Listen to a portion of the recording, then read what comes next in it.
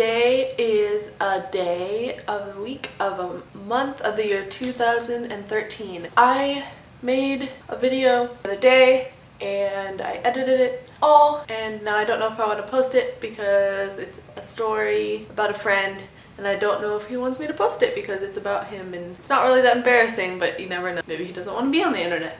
I'm making another video today. I'm going to read some stuff that I wrote when I was little because I was cleaning out my room the other day and I found it, and so I'm gonna read it to you, and it's gonna be weird because you know when you were like really little and you like made something and you were like so proud of it, but now when you go back and look at it again, it's like, why was I even proud of this? This is so dumb. But when I was younger, I used to want to be an author, and so when I would write something that was really descriptive or I thought was really good, and I would be so proud of it, and it would be like, oh my god, I'm such a good author, and I'm not. So let's get started.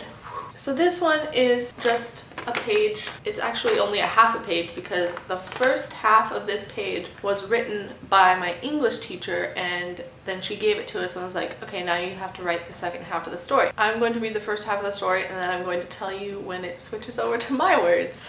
In the town of Taklim on High Hill was a spooky old house. Two kids, Tally and Joe, were dared to stay the night in the house. Joe wanted to be manly, so he said yes. They walked up the hill and collapsed. The hill was huge. After the break, they walked to the door. Tally pushed it open. They screamed when they saw ... That's the end of what the teacher wrote, and now this is how I ended this story. A large bat the size of a vulture. They saw a large bat the size of a vulture. In a puff of smoke, the bat disappeared. The shock of the encounter held them frozen to their spots. As they recovered, they looked around the front entryway. The floor looked as if someone had skidded across it while their shoes were dirty. It was so quiet, it was as if they could hear the wood rotting away. Now that line, I was really proud of that line because that one just sounded so cool to me at the time. Anyway, then suddenly they heard something else. Footsteps, loud footsteps coming closer, closer, closer. Around the corner came a large vampire. Tally and Joe ran out of the house. As they stepped out into the fresh air, they heard laughter and turned to see their friends. They had been pranked, but when they asked how they had gotten the bat to look so real, they said that they didn't do anything with the bat. That's the end of the story. And I drew a bat at the end of it. I was so proud of that at the time. I was like, that was a really good way to end it. It's so mysterious.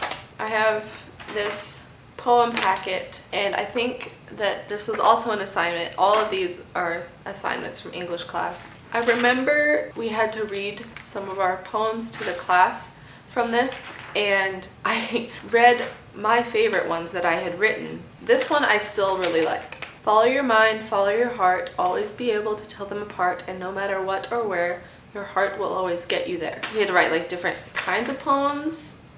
So that one was a quatrain. Okay, here's my couplet. Watching grass grow is no fun at all, even when it grows very tall. Cool, Cassidy. Thanks for telling us about how you watch grass grow.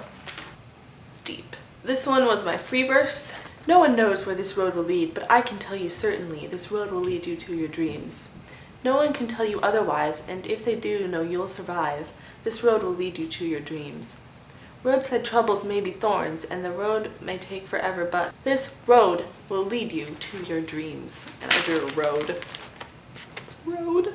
And I was very, very proud of this one. When I read it to the class, I remember someone sitting in the class was like, oh my gosh, she's totally gonna be on the news one day as like a famous poet, and we're gonna be like, oh my gosh, she was totally in my English class. And beautiful.